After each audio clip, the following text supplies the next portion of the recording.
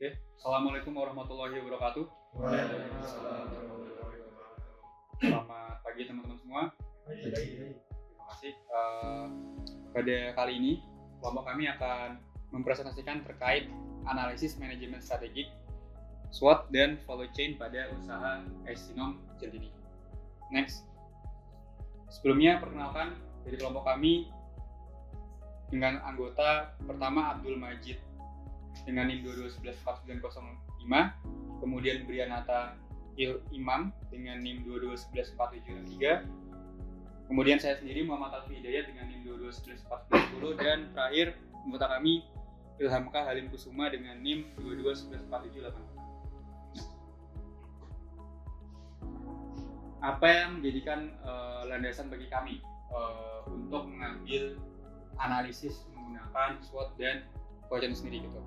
Nah, sebelumnya dalam bisnis ya, itu dalam era persaingan bisnis yang semakin kompetitif, kita perlunya pelaku usaha dituntut memiliki strategi yang tepat agar dapat mempertahankan sekaligus mengembangkan bisnisnya. Nah, karena adanya kompetisi ya antar bisnis dan sebagainya, oleh karena itu kita melakukan pendekatan dengan dua strategi, yaitu SWOT analysis dan value chain. Yang mana solusi penggunaan SWOT analysis ini itu kita bisa mengetahui kekuatan, kelemahan, peluang, dan ancamannya gitu. Dan juga jika kita memanfaatkan kerangka value chain atau framework value chain, kita bisa meningkatkan efisiensi dan efektivitas dari usaha yang akan kita analisis ini gitu. Next. Nah, selanjutnya untuk profil usaha, Mas Brian bisa menjelaskan. Baik, terima kasih Mas Alfi. Di sini saya akan menjelaskan profil usaha dari UMKM ini. Sinom Centini adalah UMKM asal Tulungagung, berdiri tahun 2020, yaitu UMKM yang merevolusi jamu tradisional dengan misi menjadikan jamu sebagai warisan budaya yang bersaing dengan minuman kekinian. Sebagai pelopor jamu kekinian, usaha ini mengubah persepsi jamu yang dulunya kuno menjadi pilihan yang relevan untuk pemuda-pemuda sekarang. Yang diwujudkan melalui misi utamanya yaitu menyajikan kesegaran jamu dengan rasa otentik yang mudah dijangkau oleh masyarakat umum melalui gerai di pusat-pusat keramaian, dan menginspirasi gaya hidup sehat dan cerita budaya melalui konten digital yang kreatif, sehingga menjadikan jamu sebagai bagian dari identitas generasi masa kini. Saat ini Sinom Centini memiliki dua varian rasa, yaitu jamu Sinom memiliki rasa yang otentik, cenderung segar, manis, asam gitu. Kemudian ada jamu beras kendur yang kaya rempah dan yang memiliki yang dikenal luas oleh masyarakat. Okay, next. Ini adalah target pasar dari Sinom Centini. Untuk demografi itu usia minimal adalah 16 tahun. Profesi umumnya adalah remaja dan pekerja. Kemudian untuk psikografi yaitu mencari alternatif minuman kekinian dan menghargai otentisitas. Kemudian untuk perilaku yaitu memprioritaskan rasa dan tampilan yang menarik. Baik, ini adalah analisis matriks SWOT, yaitu pengembangan matriks aksi dari hasil SWOT. 4 strategi utamanya adalah SO yaitu agresif, kemudian WO turn around, kemudian ST diversifikasi, WT defensif, yaitu menggabungkan faktor internal versus eksternal alias rekomendasi strategis, kemudian forward thinking, integrasi SWOT, and balance scorecard lebih powerful. Kemudian ini adalah analisis SWOT, yaitu pada kekuatan, yaitu resep yang otentik turun temurun. Kemudian kapasitas produksi itu lumayan besar, yaitu bisa 3.000 cup per hari. Kemudian legalitas lengkap seperti halal dan NIB. Kemudian pada kelemahan, saat ini jangkauan distribusi masih terbatas 20 km dari tempat produksi. Kemudian proses produksi masih ada yang manual dan tidak ada SOP yang tertulis. Kemudian masih bergantung pada musim, pada bahan bakunya, dan infrastruktur tempat produksi itu masih sewa. Kemudian ada pada peluang untuk orang yang ingin tren gaya hidup yang meningkat ya, dan ekspansi via pasar bisa Gojek atau GrabFood, potensi bazar dan catering. Kemudian pada ancaman banyak pesaing peniru atau imitator, kemudian fluktuasi harga dan pasokan bahan baku tergantung musim, kemudian pengaruh cuaca musim pada kualitas bahan. Nah, ini adalah rekomendasi hasil dari SWOT, yaitu strategi SO, yaitu strength dan opportunity. Pertama, mengembangkan microsite atau micro landing page, kemudian membuat sistem kalender digital event berbasis Google Calendar API, kemudian mengintegrasikan promosi di Grab atau Zindo, SharePoint atau sosial media API. Kemudian pada strategi weakness opportunity atau turnaround, pertama mengembangkan web internal untuk dokumentasi SOP dan video training. Kemudian menggunakan data insight dari TikTok dan Instagram untuk melihat konten mana yang paling efektif. Kemudian membangun dashboard sederhana berbasis spreadsheet atau Notion untuk memantau reseller, stok, dan pencapaian penjualan. Strategi strength trade, pertama membuat database supplier, nama yang berisi nama, harga, kualitas, musim panen dalam spreadsheet. Kemudian membuat form digital menggunakan Google Form plus Grid untuk mencatat hasil inspeksi harian dari produk sisa. Kemudian mengembangkan konten kuis atau polling manfaat jamu di IG Story atau TikTok. Kemudian pada strategi weakness and trade, pertama menginisiasi proyek capstone atau kolaborasi dengan mahasiswa teknik mesin untuk mengembangkan mesin otomatis. Kemudian menginisiasi proyek capstone, kemudian menggunakan Google Message dan notifikasi email otomatis untuk mengatur stok. Nah, next, analisis value chain akan dijelaskan oleh Mas Ilham.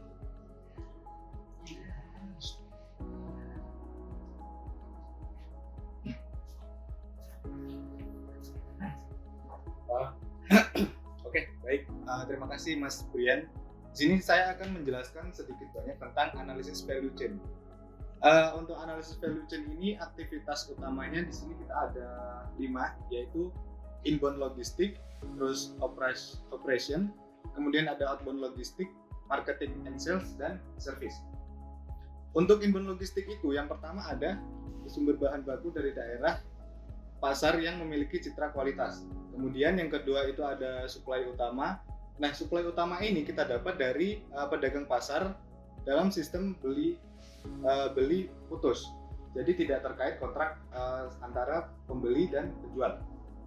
Kemudian ada penyimpanan bahan baku.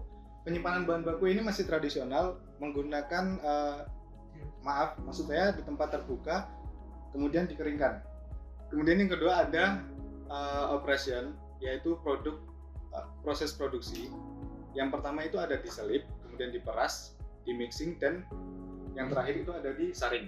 Kemudian memiliki kapasitas produk yang baik, yaitu 7 operator dan 3 jam per batch. Kemudian ada standar resep dan kualitas.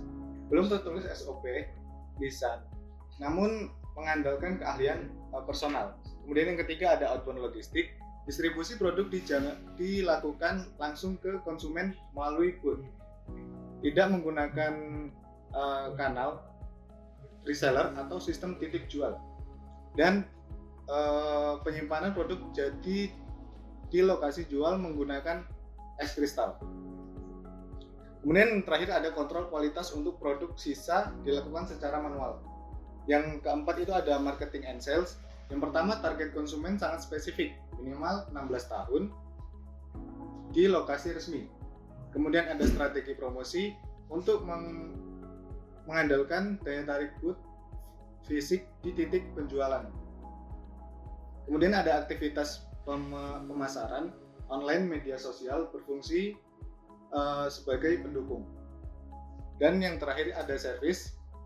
Penanganan komplain pelanggan dilakukan secara personal dengan pendekatan yang ramah, down to earth. Kemudian ada memberikan edukasi manfaat produk kepada konsumen melalui media sosial. Dan yang terakhir, belum ada program loyalitas yang sistematis untuk pelanggan tetap. Kemudian ini adalah model strategic management yang kami gunakan, yaitu ada environmental scanning, kemudian strategi formulation, strategi implementation, dan evaluation and control. Next ada formulation. Untuk formulation itu ada tahap input, yaitu keuntungan, kelemahan, peluang, dan ancaman. Untuk kekuatan, yaitu resep otentik dan kualitas bahan baku. Kemudian ada kapasitas produk besar, aktif di medsos. Kelemahannya itu belum ada SOP, tergantung suplai pasar, distribusi terbatas, sebut saja. Kemudian ada peluang, yaitu tren sehat dan produk lokal, akses mudah ke GoFood dan GrabFood. Kemudian ada ancaman, persaingan minimum, kekinian, harga bahan tidak stabil, dan produk mudah ditiru. Kemudian selanjutnya ada tahap pencocokan, yaitu ada strategi SO, kemudian strategi WO, dan strategi ST, terakhir ada strategi WT. Itu strategi SO atau Strength Opportunity, itu ada kampanye minuman sehat, otentik, dan promosi via GrabFood dan GoFood. Kemudian ada strategi WO atau Weakness Opportunity, ada buat SOP standar, daftar GoFood plus pemasaran via WhatsApp. Kemudian ada strategi Strength Trade, bangun komunitas pelanggan loyal. Kemudian ada produksi efisien, harga tetap kompetitif.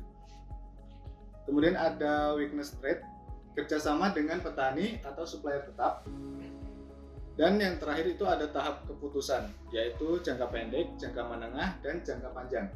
Yang jangka pendek itu buat SOP tertulis, kemudian yang jangka menengah ada aktif di GoFood dan GrabFood, dan yang terakhir itu di jangka panjang ada pemasaran digital berkelanjutan dan sistem buat loyalitas pelanggan.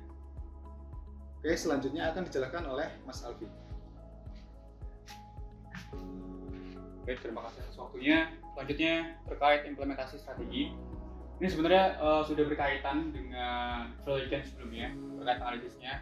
Dia hanya mengulang tapi dengan format yang mirip ya.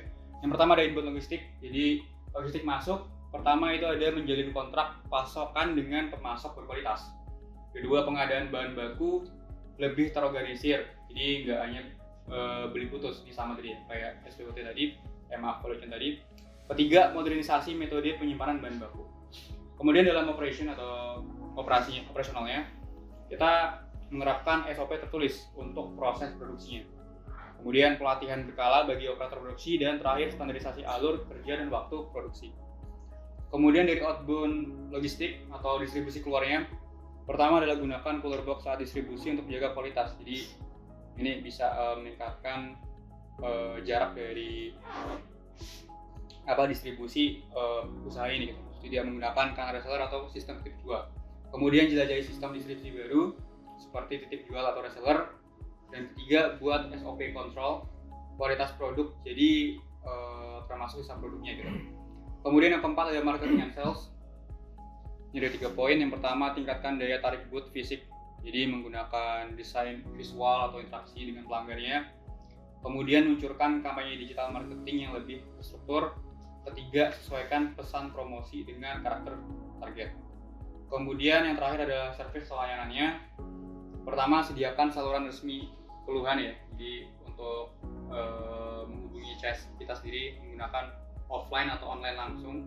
Kemudian edukasi manfaat produk melalui media sosial dan booth. Jadi di akun Instagram kami bakal dijelasin terkait kejelasan produknya gitu. Kemudian terakhir adalah buat program loyalitas, misalkan poin, diskon, hadiah atau voucher gitu. Next. Selanjutnya untuk evaluation and control akan dilanjutkan oleh Majid. Terima kasih. Terima kasih.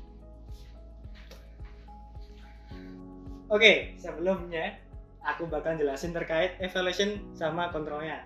Jadi setelah dilakuin implementasi strateginya, kita bakal evaluasi. Nah, gimana caranya evaluasinya? Kita bisa ngecek dari beberapa matriks. Yang pertama bisa dicek dari kinerja keuangannya. Apakah keuangannya itu naik, apakah turun. Terus kita cek kinerja operasionalnya, apakah produksinya tuh ada yang terbuang apa enggak. Bisa juga kita cek lewat outbound ataupun inbound logistiknya. Kita bisa cek dari mingguannya, hariannya, itu gimana penjualannya, terus dari GoFood ataupun marketplace penyedia jasa yang lain itu gimana ratingnya. Itu kita bisa ngecek dari situ. Nah, terus kita dari hasil cek-cekan itu kita bisa bikinin spreadsheet buat mantau terkait evaluasinya gitu. Next. Nah, untuk rekomendasi strategis kita tuh karena walaupun ini manajemen strategik, terkait rekomendasinya sendiri udah dijelasin di slide sebelumnya. Karena kita itu anak informatika, kita bakal ngasih rekomendasi yang sangat informatika banget. Yang pertama tuh berdasarkan, tapi tetap berdasarkan hasil analisis SWOT dan value chain. Fokusnya karena kita tuh mungkin ada sebuah ego kalau informatika tuh bikin bantuan atau bikin solusi untuk sebuah UMKM itu bikinnya sesuatu yang gede, bikin software, bikin website. Nah, sebenarnya nggak harus segede itu. Kita tuh nyesuaiin dengan kemampuan UMKM tersebut. Apakah UMKM itu sudah siap untuk menerima software gede atau enggak? Jadi kita cocokkan, kita buat seringan mungkin teknologinya, terus mudah diterapkan oleh UMKM. Next. Nah, di sini ada tabelnya, ada 5, itu terkait analisis dari tadi, ada SWOT sama value chain. Kalau dari SO strateginya, kita tentu bikin landing page terkait daftar atau tentang perusahaannya itu sendiri gimana, tentang produknya gimana. Terus nanti juga integrasi dengan Grab dan Shopee Food, juga ada event planner digital buat kalau ada event gede kita bisa bikin, atau bukan UMKM-nya bisa bikin sebuah booth di tempat event tersebut. Untuk WO strateginya kita bisa bikin SOP tapi web based. Jadi kalaupun ada karyawan baru tinggal lihat gimana cara produksinya tuh lewat SOP yang udah ada di website seperti itu. Juga selain itu ada promosi via TikTok dan juga dashboard reseller.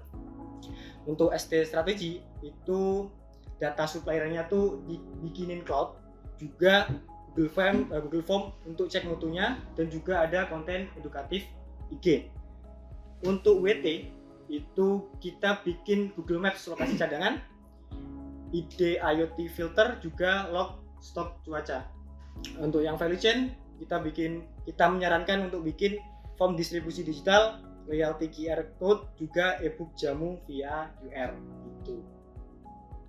Sepertinya cukup sekian. Apakah ada pertanyaan teman-teman yang baik tadi? Bisa. Itu nggak Mas? Bisa tolong dijelaskan lagi nggak mengenai loyalty system yang berbasis QR tadi dari value? Atas nama Mas? Atas nama Rehan. Asik. Terima kasih Mas Rehan. Oke, aku bakalan jelasin ya. Tadi pertanyaan adalah yang dimaksud yang dimaksud dengan loyalty QR code. Ini sebenarnya secara kata-kata nih, loyalty. Jadi kita tuh tujuannya tuh buat menggait atau biar orang tuh loyal terhadap produknya Asinom sendiri.